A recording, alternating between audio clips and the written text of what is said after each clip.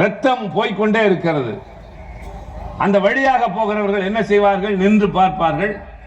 ஐயோ பாவம், ரொம்ப அடியோ, எந்த வண்டி இடித்தது என்று கேட்பார்களே தவிர அவர்களை கொண்டு போய் மருத்துவமனையில் சேர்ப்பதற்கு ஏதாவது முயற்சி செய்வோம் என்று பல பேர் எண்ணுவது இல்லை. காரணம், அவர்கள் வேலை அவசரம் ஒரு பக்கம், கொண்டு போய் எந்த மருத்துவமனையிலே பதில் சொல்வது இரண்டாவது பக்கம், மூன்றாவது போலீஸ் எஃப்ஐஆர் போடுகிற போது வர சொல்லி அலைக்கழிப்பார்களே, இதெல்லாம் தேவையா என்று ஒருவன் அடிபட்டு கிடப்பதை பார்த்து பரிதாபப்பட்டு விட்டு நகர்ந்து செல்கிற மக்கள் நிறைந்த இந்த நாட்டில் இனிமேல் யாராவது சாலையில் ஒருவர் அடிபட்டு கிடந்தால் அவருடைய இரத்தப்போக்கு அடுத்த 48 மணி நேரம் தான் ஒரு மனிதனுக்கு விபத்தில் அடிபட்டவனுக்கு முக்கியமான நேரம்.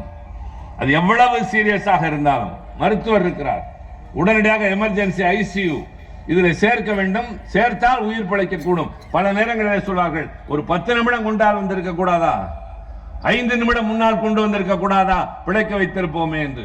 அது மாதிரி இனிமேல் சாலையில் யாராவது அடிபட்டு கிடந்தால் தயவு செய்து தயங்காமல் பக்கத்தில் இருக்கிற எந்த மருத்துவமனையாக இருந்தாலும் கொண்டு போய் சேருங்கள்.